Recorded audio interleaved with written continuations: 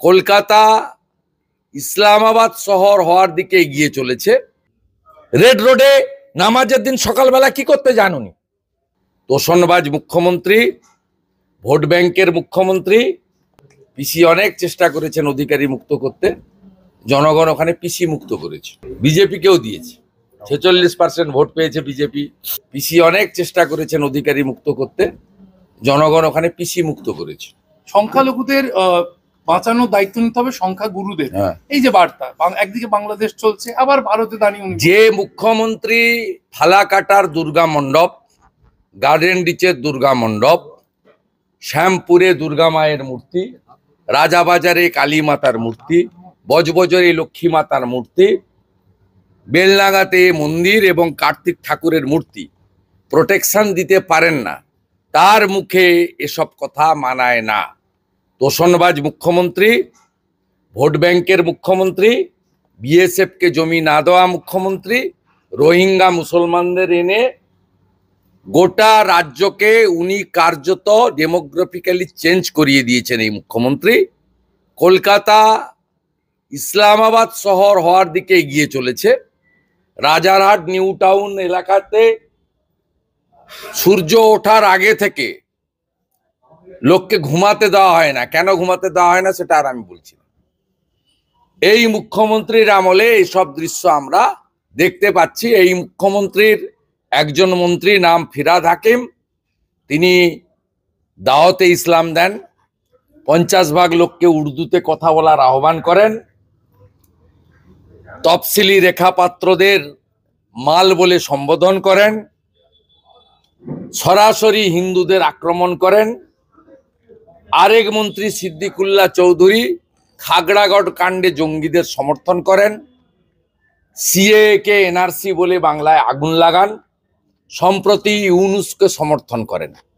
এই মাল ঝালদের নিয়ে যে মুখ্যমন্ত্রীর সংসার, তার মুখ থেকে এইসব বচন আর ভাষণ না শোনাই ভালো। তবে গুঁতোটা ভালো হয়েছে, হিন্দুরা ঐক্যবদ্ধ হচ্ছে। এই জন্য কখনো শান্তি বাহিনীর কথা, কখনো ললিপপ খাবনার কথা, কখনো সর্বানন্দ অবধূতকে ডেকে নিয়ে গিয়ে ছবি তোলা, কখনো রাধারমন দাসকে দীঘাতে নিয়ে গিয়ে ফটো সেশন। কি সাহস! উনি জানেন জগন্নাথ দেবের রথযাত্রা কেন হয়? উনি বলছেন ইসকনের সোজা রথ, মানে রথের দিন আমি কলকাতায় থাকি, উল্টো রথটা দীঘাতে করব। রথ মাসির বাড়ি যায়, আবার রিটার্ন আসে মাসির বাড়ি।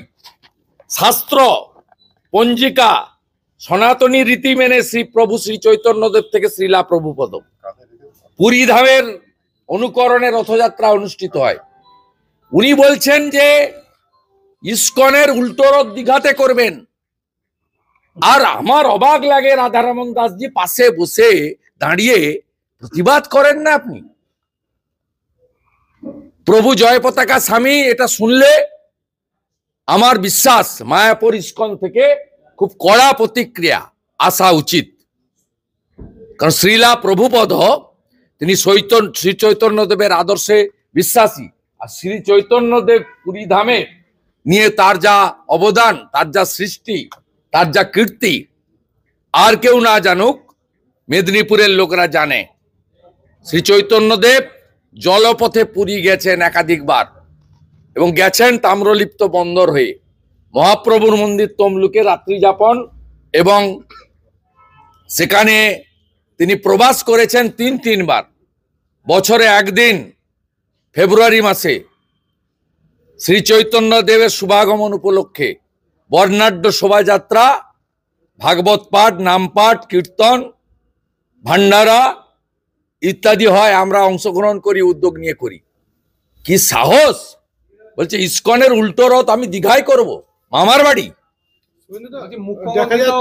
পিতৃপক্ষে দুর্গা পূজা উদ্বোধন আর দুর্গা ঠাকুর পূজাকে সরকারি অনুদান দিয়ে কালচারাল প্রোগ্রামে পরিণত করা, আর কার্নিভালের নামে আমাদের বিজয়া দশমীর রীতি নীতি, সনাতনী হিন্দু ঐতিহ্য, গরিমা সবকে নিচে ফেলে দিয়েছেন।